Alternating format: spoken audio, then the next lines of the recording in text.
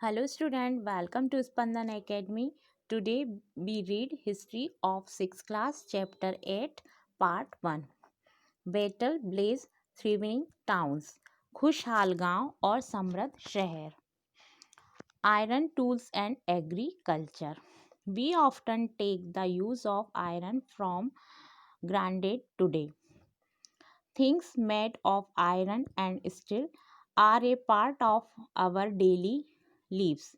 The use of iron began in the subcontinent around 3000 years ago.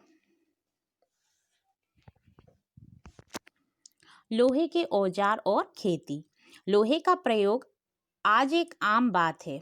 लोहे की चीज हमारे रोजमर्रा की जिंदगी का एक हिस्सा बन गई है. इस उपमहाद्वीप में लोहे का प्रयोग लगभग 3000 साल पहले हो गया है. महापाषाण कब्रों में लोहे के औजार और हथियार बड़ी संख्या में मिले हैं. इसके बारे में हमने नेक्स्ट जो लेसन है 4th लेसन में पढ़ चुके हैं. तो करीब 2500 वर्ष पहले जो लोहे के औजारों के बढ़ते उपयोग का जो प्रमाण मिला है, इसमें जंगलों को साफ करने के लिए कुल्हाड़ियाँ और जुताई के लिए हलों का फॉल शामिल है, जो हम लेसन 5th में पढ़ चुके हैं कि लोहे के इस्तेमाल में कृषि उत्पादन के लिए किस तरह काम आता है. Other steps to increase production, irrigation. The kinds and kingdoms. The kings and kingdom you have been reading about could not have existed without the supports of flourishing blaze. कृषि उत्पादन बढ़ाने के लिए उठाए गए अन्य कदम, तो इसमें है सिंचाई. समृद्ध गांवों के बिना राजाओं तथा उनके राज्यों के बना रहना मुश्किल था. इस तरह कृषि के विकास के लिए औजार तथा रोपाई महत्वपूर्ण कदम थे. उसी तरह सिंचाई भी काफ़ी उपयोगी साबित हुई. तो इस समय सिंचाई के लिए नहरें, कुएं, तालाब तथा कृत्रिम जलाशय बनाए गए. इस चार्ट में तुम्हें सिंचाई के आय परिवर्तन दिखाई गए हैं. खाली स्थानों में सही वाक्य भरना है. जैसे ये चार्ट दिया है ना नीचे, इसमें लोगों ने द्वारा श्रम किया गया, किसानों को लाभ मिला क्योंकि अब उत्पादन की अनिश्चितता घटी. कर अदा करने के लिए किसानों का उत्पादन बढ़ा. राजाओं ने सिंचाई की योजना बनाई और धन खर्च किया. Who lived in the blaze? There were at least 3 different kinds of people living in must blaze in the southern and northern part of the subcontinent. गांव में कौन रहते थे? तो इस उपमहाद्वीप में दक्षिणी तथा उत्तरी हिस्सों के अधिकांश गांवों में कम से कम 3 तरह के लोग रहते थे. तमिल क्षेत्र में बड़े भूस्वामियों को बेलल्ला, साधारण हलवाहों को उड़वार और भूमिहीन मजदूर जो हैं उनको दास कैंड सियार और अदीमाई कहलाते थे. देश के उत्तरी हिस्सों में गांव का प्रबंध व्यक्ति ग्राम का भेजक कहलाता था.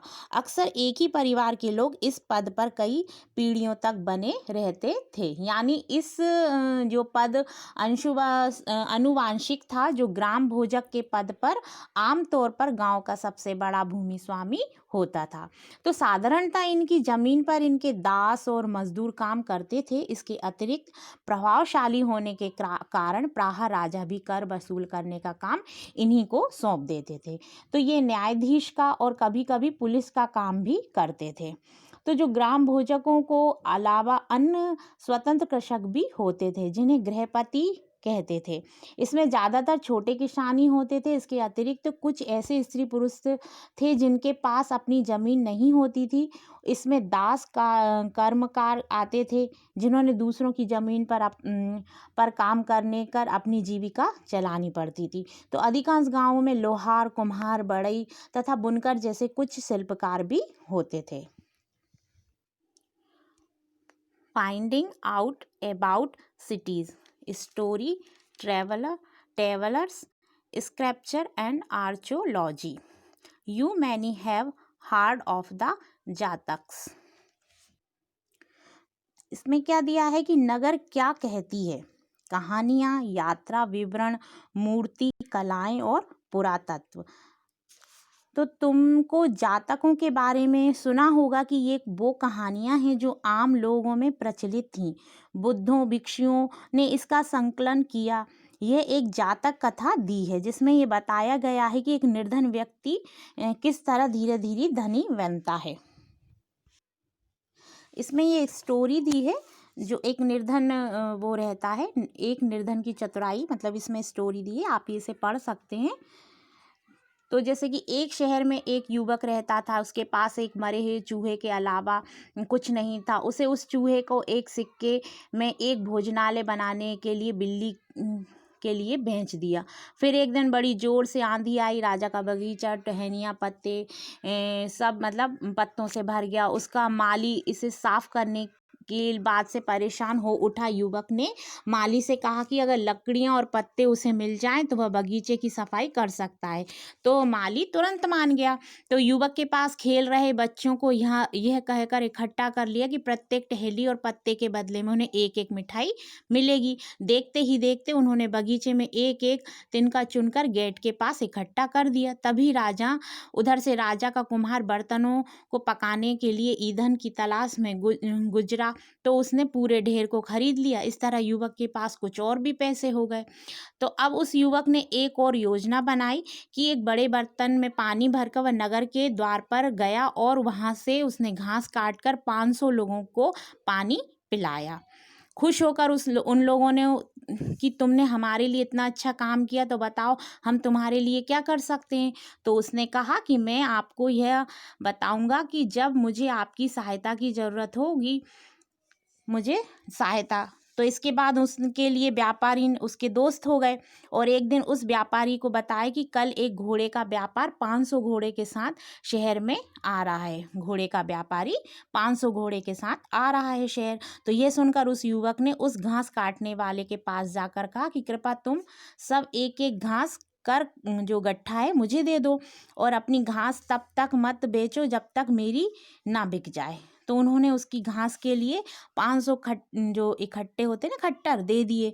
जब घोड़े के व्यापारी को वहीं कहीं भी घास ना मिली तो उसने इस युवक को घास का 1000 सिक्के में खरीद लिया। तो इस कहानी में आए व्यक्ति ने व्यापारी की सूची, तो अपन सूची कैसे बनाएंगे कि प्रत्येक व्यापारी तय करो कि शहर में, गांव में, या फिर शहर या गांव दोनों में रहते थे। घोड़े का व्यापारी शहर में क्यों आया होगा, क्या महिलाएं कहानी में बताई व्यवसाय को अपना सकती हैं। तो मतलब ये एक स्टोरी दी है, इस तरीके से आप इसको मतलब समझ सकते हैं इसके विषय में। We can use other kings of elements to find out about life in some of these early cities. प्रत्येक नगर के जीवन के बारे में हम कुछ अन्य स्रोतों से भी पता चला सकते हैं कि शहरों, गांव या फिर जंगलों में जीवन से जुड़ी घटनाओं को मूर्तिकार कलात्मक ढंग से उकेरते हैं, मतलब उभारते हैं। तो इन मूर्ति को ऐसी इमारतों की रेलिंग, खंबे या प्रवेश द्वार पर सजाया जाता है जहां लोग आते हैं।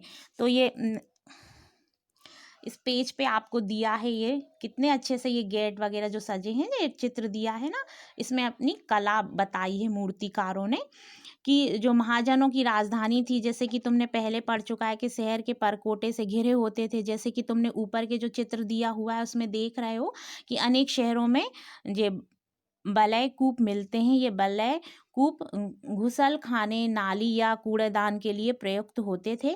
प्रायः ब्लैक कूप लोगों के घरों में ही होते थे।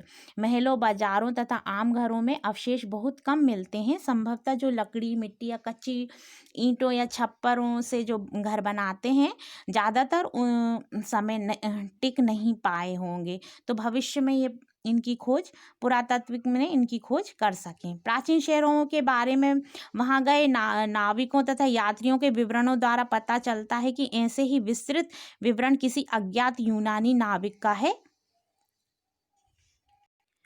जैसे पत्तनों पर वह गया, उन सभी के बारे में उसने लिखा, जो आप चित्र में देख सकते हैं, है ना।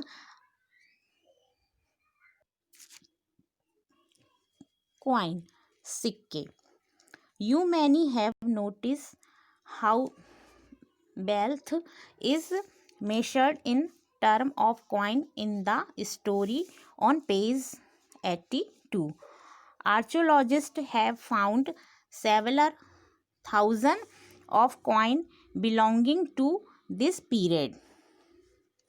जो पृष्ठ है 82 की जो कहानी है, जो तुमने देखा कि इस तरह के जो सिक्के हैं जो नीचे दिए हुए हैं, आधारित पर संपत्ति का मूल्यांकन किया जाता है। तो पुरातात्विक जो वेदों को इस युग के हजारों सिक्के मिले हैं। सबसे पुराने आहत सिक्के थे जो करीब 500 साल चले। इसका चित्र आपको ये नीचे दिया गया है। इस तरह के वो सिक्के रहते थे। तो चांदी या तांबे के सिक्के विभिन्न आकृतियों को आहत कर कर बनाए जाने के कारण इन्हें आहत सिक्का कहा जाता था। Okay student, next part next video में।